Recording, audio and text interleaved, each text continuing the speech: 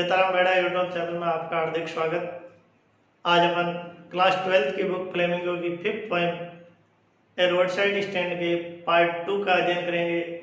Part first में अपन ने दुकानदार की जो दुकानदार द्वारा लगाई गई दुकान के स्थान, उसके तथ्यों के बारे में जानकारी, दुकान लगाने का वास्तविक उद्देश्य, शहरी लोगों द्वारा उस दुकानदार के प्रति अनिच्छा या बिना रुके दुकानदार के पास से गुजरना और दुकानदार द्वारा पैसों की चाहत से ग्रामीण क्षेत्र में किस आशा का या किस बदलाव की जो इच्छा की गई है उसके बारे में और दुकान पर उपलब्ध बिकाऊ सामान के बारे में जानकारी दी गई थी। पार्ट सेकंड में अपन आगे का अध्ययन करते हैं। While breeding good dogs, beneficent beasts of prey swarm over their lives, enforcing benefits that are calculated to shoot them out of their wits, and by teaching them how to sleep, they sleep all day, destroy their sleeping at night the ancient way. Sometimes I feel myself I can hardly bear the thought of so much childish longing in vain, the sadness that lurks near the open window there, that waits all day in almost open prayer for the squelch of brakes, the sound of a stopping car, of all the thousand selfish cars that pass, just one to inquire what a farmer's prices are, and one did stop, but only to plough grass, in using the yard to bait and turn around, and another to ask the way to where it was bound. अब इस stanza में difficult word है, उनका meaning beneficent का अर्थ होता है लाभ उठाने वाले, स्वम का अर्थ होता है बड़ी संख्या में एकत्रित होना, एनफोर्सिंग का अर्थ होता है बाध्य करना, शुद्ध शांत करना, विट्स मूर्ख, डेस्ट्रॉय नष्ट करना, एंसेंट प्राचीन, हार्डली मुश्किल से, बियर सहन करना, चाइल्डिश अपरिपक्व, लॉन्गिंग प्रबल इच्छा, लक्ष्य छुपी पड़ी है या मंडराती है, प्रेयर्स प्रार्थना, स्कल्स चीख, सेल्फिश स्वार्थी, पास गुजरती है, इंक्वायर पूछताछ करना, प्राइसिस मूल्य, प्लॉप कुचलना या उखाड़ना, यार्ड आंगन, अनादर दूसरा, बाउंड मिस जाना। अब अपन stanza line by line explanation. While breeding good dogs, beneficent beast of prey, while का अर्थ होता है यदि या जबकि,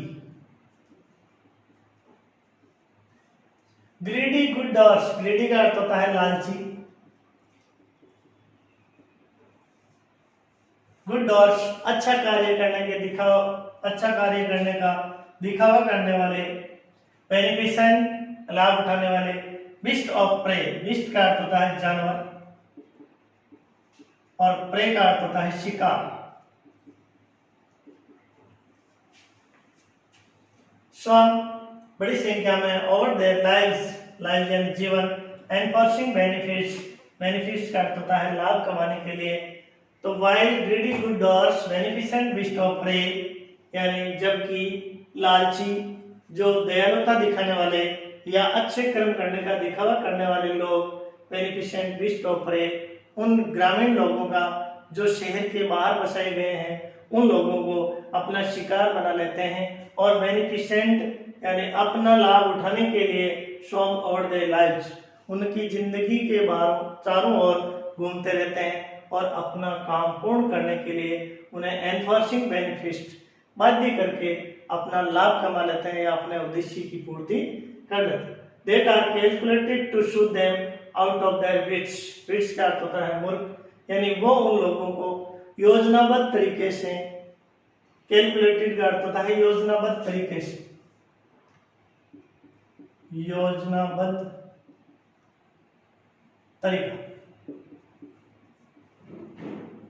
वे उन लोगों को, उन ग्रामीण परिवेश के गरीब लोगों को योजनाबद्ध तरीके से shoot them out of their wits, shoot यानी शांत कर देते हैं, उन्हें मूर्ख बनाकर शांत कर देते हैं।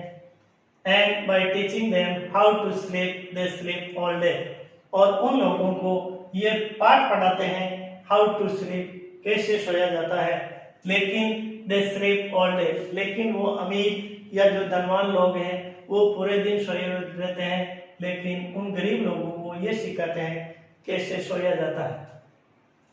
Destroy their sleeping at night, sleeping का अर्थ होता है नींद।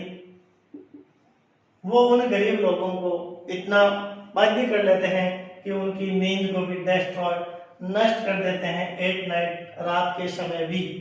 द एंसेंट वे का अर्थ होता है तरीका, यानी प्राचीन तरीके द्वारा अपने जो भी योजनाबद्ध रूप से जो तरीके आजमाए गए हैं उन गरीब लोगों का शोषण करने के लिए, तो उन शोषण की गतिविधियों के दौरान ही उन लोगों की नींद को नष्ट कर देते हैं और उन्हें नींद लेने के तरीके सिखाते हैं। यानी इस स्टेज में कवि ने गरीब लोगों की जो विपरीत परिस्थितियों का लाभ उठाकर अमीर लोग उनका किस प्रकार शोषण करते हैं उसका व्याख्यान किया गया है।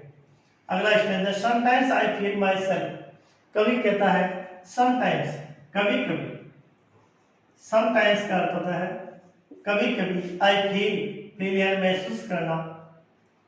कवि कहता है कि कभी कभी मैं स्वयं, माई सेल्फ का अर्थ होता है स्वयं, मैं स्वयं महसूस करता हूँ। I can hardly bear, hardly bear का मतलब होता है मुश्किल से सहन करना। द थॉट ऑफ, थॉट का अर्थ होता है विचार। The thought of so much childish longing in vain, vain का अर्थ होता है व्यर्थ। कवि क्या कहता है कि कभी कभी आई फील माई सेल्फ, मैं स्वयं में ये महसूस करता हूँ, मैं सोचता हूँ कि I can hardly bear the thought of so much childish longing in vain, कि मैं व्यर्थ में उन लोगों की जो अपरिपक्व या बचकानी इच्छा है उनको और अधिक, सो मच का मतलब होता है और अधिक मुश्किल से सहन करने के बारे में विचार करता हूँ। The sadness that lurks near the open window, sadness का अर्थ होता है उदासी। यानी कवि जब दुकान की स्थिति को देखकर स्वयं में सोचता है कि मैं व्यर्थ में इस अपरिपक्व या जो रोड साइड स्टैंड लगाई गई है उसके बारे में जो अपरिपक्व, जो प्रबल इच्छा व्यक्त की गई है उसको मैं मुश्किल से सहन करता हूँ। क्यों? क्योंकि दुकान के आसपास जो सैडनेस, उदासी, दुकानदार द्वारा ग्राहक की निगरानी रखने के लिए, ग्राहक के लिए ताक बनाने के लिए कि लक्ष्य near the open window there, कि दुकान की खिड़कियों के आसपास जो उदासी छाई रहती है, कोई भी ग्राहक या कस्टमर उस दुकान पर नहीं आता है तो उस दुकान के आसपास उस खुली खिड़कियों में उदासी छा जाती है। और that waits all day in almost open prayer, और ओपन प्रेयर, ओपन का अर्थ होता है खुली प्रार्थना और ऑलमोस्ट का अर्थ होता है प्राय। खुली खिड़कियों में केवल उदासी छाई रहती है और खुली प्रार्थना के रूप में प्राय पूरे दिन इंतजार किया जाता है या प्रतीक्षा की जाती है। वेट्स का अर्थ होता है प्रतीक्षा की जाती है, प्रतीक्षा की जाती है। पूरे दिन बिना किसी ग्राहक के आए आसपास उदासी छा जाती है और खुली प्रार्थना के रूप में प्राय पूरे दिन इंतजार किया जाता है। अगले स्टेज में for the space of breaks the sounded of a stopping car of all the thousand selfish car that pass. दुकानदार बैठा बैठा अपने आसपास ग्राहक की पहुंचने की ताक में वहां गुजरती हुई हजारों स्वार्थी कारों के रुकने की आवाज को और उनमें उन कारों के स्क्वेल्स ऑफ ब्रेक्स, स्क्वेल्स का अर्थ होता है चीख, उन ब्रेकों या उन गाड़ियों की ब्रेकों की चीख पूरे दिन उसे सुनाई देती है। उसी समय one to inquire what a famous pricey car, उसी समय दुकान के सामने एक गाड़ी आकर रुकती है और वो उसे इंक्वायर, पूछताछ करता है दुकानदार से what a famous pricey car, के दुकान उस किसान की जो उपज है उसका मूल्य क्या है। केवल मूल्य उपज का मूल्य पूछता है। एंड वन डिड स्टॉप, और उसी समय एक दूसरी कार वहां आकर रुकती है, but only to plough up grass in using the yard to back and turn around. प्रथम बार जो गाड़ी रुकी है वो केवल किसान की उपज का मूल्य पूछता है। दूसरी गाड़ी जो आकर रुकती है वो केवल only to plough up grass, grass का होता है घास, इन यूजिंग काम में लेते हुए, यानी उस दुकान के आसपास जो खुला आंगन है उस आंगन में अपनी गाड़ी को पीछे लेकर उस घास को कुचलते हुए या उखाड़ते हुए गाड़ी को टर्न अराउंड मोड़ कर चला जाता है, यानी उस गाड़ी को टर्न अराउंड मोड़ कर वापस चला जाता है। And another to ask the way to where it was bound, और उसी समय एक दूसरी गाड़ी वहां आकर रुकती है तो वो केवल आस्क, आस्क का अर्थ होता है पूछना, वे का अर्थ होता है रास्ता। जो दूसरी गाड़ी आकर रुकती है and another to ask the way to where it was bound, ये पूछने के लिए कि यह रास्ता किधर जा रहा है। इस प्रकार जो तीन गाड़ियां यहाँ आकर रुकी है, किसी ने भी उस दुकान पर उपलब्ध किसान की उपज को किसी ने नहीं खरीदा है, केवल अपने उद्देश्य के लिए वहां आकर रुके हैं और अपना उद्देश्य पूर्ण करके वहां से चला जाता है। Next stanza. And another to ask could they sell it a gallon of gas? They couldn't. This grossly they had done, didn't it see? Now in country money, the country scale of gain, the requisite left of spirit has never been found, or so the voice of the country seems to complain. I can't help owing the great relief it would be to put these people at one stroke out of their pain. And then next day, as I come back into the scene, I wonder how I should like you to come to me and offer to put me gently out of my pain. Difficult word. Gallon, gallon का अर्थ होता है माप की इकाई। क्रॉसली, क्रुद्ध होकर या गुस्से में होकर। स्केल, पैमाना या आकार। गेन, गेन का अर्थ था विकास। रिक्विजिट, अपेक्षित। कंप्लेन, शिकायत। ओविंग, स्वीकार करना। रिलीफ, राहत। शेन, होश में। वंडर, आश्चर्य। ऑफर, प्रस्ताव। जेंटली, धीमे से। पेन, दर्द। और line by line explanation. And another to ask could they sell it a gallon of gas, one by one, जिस प्रकार एक एक गाड़ी रुकती है तो अनदर एक दूसरी गाड़ी का स्वामी या एक गाड़ी उस दुकान के सामने आकर रुकती है तो आस्क का अर्थ होता है पूछने। यह पूछने के लिए कि कुड दे सेल, सेल का अर्थ होता है बेचना,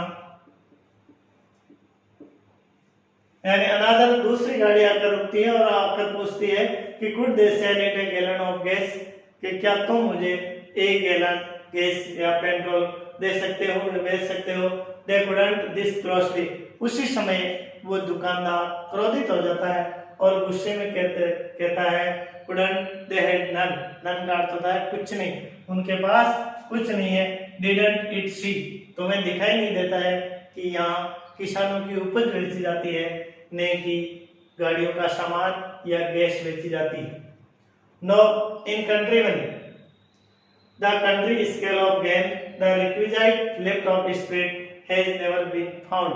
कभी आगे कहता है नहीं इन कंट्री मनी, यानी ग्रामीण क्षेत्रों में कोई धन नहीं है, और नहीं the country scale of gain, और नहीं ग्रामीण विकास करने के लिए किसी प्रकार की कोई सुविधाएं नहीं है। और रिक्विजाइट, रिक्विजाइट का मतलब होता है गांव में जो अपेक्षित list of spirit, list of spirit का मतलब होता है भावनाओं का ऊपर उठाना। लिफ्ट ऑफ स्पिरिट यानी भावनाओं का मान सम्मान या भावनाओं को ऊपर उठाने का हैज नेवर बीन फाउंड, वहां किसी प्रकार की कोई गतिविधि या भावनाओं को ऊपर उठाने के लिए सरकार द्वारा किसी प्रकार के क्रियाकलाप या विकास की योजनाएं नहीं पाई जाती हैं। और so the voice of the country seems to complain. Seems का अर्थ होता है प्रतीत होती है या दिखाई देती है, प्रतीत होती है। वॉइस का अर्थ होता है आवाज। और कवि आगे कहता है कि गांव की वास्तविक स्थिति को देखकर हमें यह प्रतीत होता है कि गांव की जो आवाज है वो हमें शिकायत करती हुई प्रतीत होती है, यानी कोई भी सरकारी योजनाओं का लाभ इन ग्रामीण क्षेत्रों में नहीं दिया जाता है और वो हमें एक शिकायत के रूप में सुनाई देती है या प्रतीत होती है। I can't help owing the great relief it would be. Great का अर्थ होता है बड़ी। कभी आगे ये महसूस करता है कि आई कांट हेल्प, हेल्प का अर्थ होता है सहायता। I can't help owing the great relief it would be to put these people at one stroke out of their pen. कवि आगे कहता है कि मुझे भी एक बड़ी रिलीफ, एक आराम महसूस नहीं होता है, क्योंकि मैं भी उन गांव वालों की किसी प्रकार की सहायता नहीं कर सका। इसलिए मुझे भी एक बड़ा दुख होता है कि put these people at one stroke out of their pen, कि गांव वालों को इस प्रकार विकास से वंचित करना एक इससे अच्छा है कि गांव वालों को स्ट्रोक आउट, स्ट्रोक का अर्थ होता है झटका और पेन का अर्थ होता है दर्द। गांव वालों को बिना किसी प्रकार का दर्द दिए उन्हें एक झटके में ही उन्हें मार दिया जाए या एक झटके में उन्हें दर्द दिया जाए। And then next day as I come back into the sun, और अगले दिन जब मैं पुनः होश में आऊं, आई वंडर, तो उस समय मुझे वंडर, आश्चर्य होगा, how I should like to come to me, मुझे आश्चर्य होगा कि आपको मुझे यहाँ मेरे पास आना चाहूंगा या मुझे मेरे पास आने के लिए मैं आपके सामने एक प्रस्ताव रखूंगा।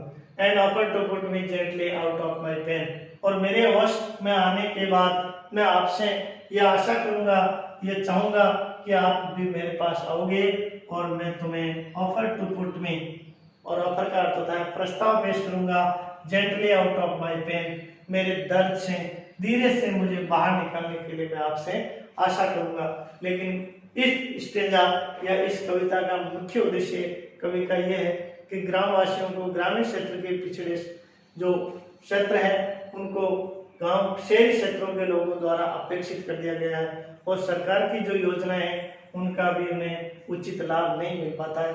इसलिए कवि गरीब लोगों को ऊपर उठाने के भरसक प्रयत्न करता है और अपने दुख की भावनाओं को एक कविता के माध्यम से प्रस्तुत करता है।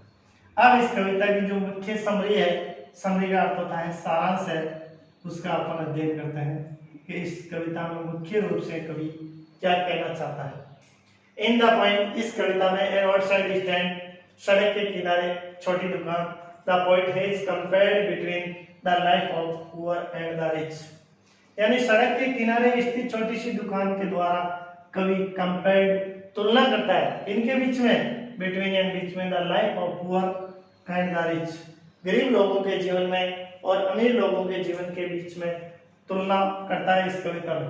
द पोएट सेज, कवि कहता है कि a poor farmer who has build his road side stand in front at the edge of the road, कि एक गरीब किसान एक सड़क के किनारे पर एक छोटी सी दुकान का निर्माण कर चुका है। He sold wild berries, golden squash and other product for few money, और वो गरीब किसान बेचता है जंगली बेर, गोल्डन सुनहरे रंग की जो लौकी के समान जो फल है, एंड अदर प्रोडक्ट, और दूसरे उत्पादन फॉर फ्यू मनी, यानी वो सड़क किनारे उस दुकान पर जंगली बेर बेचता है, गोल्ड सुनहरे रंग की लौकी बेचता है, एंड दूसरे प्रोडक्ट कुछ धन के लिए कि उस धन से मैं मेरे जीवन स्तर को बेटर कर सकूं। द पुअर मैन बिलीव्स का अर्थ है विश्वास करता है, गरीब आदमी विश्वास करता है कि money can give him a better life style as he saw in the moving picture, कि गरीब किसान की ये इच्छा है, ये विश्वास करता है कि मैं भी मेरे प्रोडक्ट को बेचकर उनके द्वारा प्राप्त धन से मैं भी मेरे जीवन स्तर को, जीवन स्टाइल का अर्थ होता है शैली को उच्च बना सकूं, जिस प्रकार की शैली में उस मूविंग पिक्चर जो गतिशील चित्र है उनमें देख रहा हूं। बट लेकिन his desires are never fulfilled, लेकिन उसकी इच्छाएं हैं वो कभी पूर्ण नहीं होती। The rich people of the cities in their cars go fast without staying there, लेकिन जो धनवान लोग हैं वो उनकी दुकान के सामने बड़ी तीव्र गति से बिना रुके गुजर जाते हैं। द पोइट सेज दैट, कवि आगे कहता है the development of the village is still backward, कि ग्रामवासियों का या ग्रामीण क्षेत्र का जो विकास है वो अभी तक बैकवर्ड पिछड़ा हुआ है। The poet feels miserable at the low condition of the village people, यानी कवि गांव वालों का जो जीवन है उसकी निम्न कंडीशन को देखकर परेशान महसूस करता है। And wants to remove poverty of these poor folk का अर्थ होता है लोग, उन गरीब लोगों को गरीबी से गरीबी हटाने की पूर्ण प्रयास करना चाहता है और गांव वालों की जो स्थिति है उसको देखकर परेशान होता है।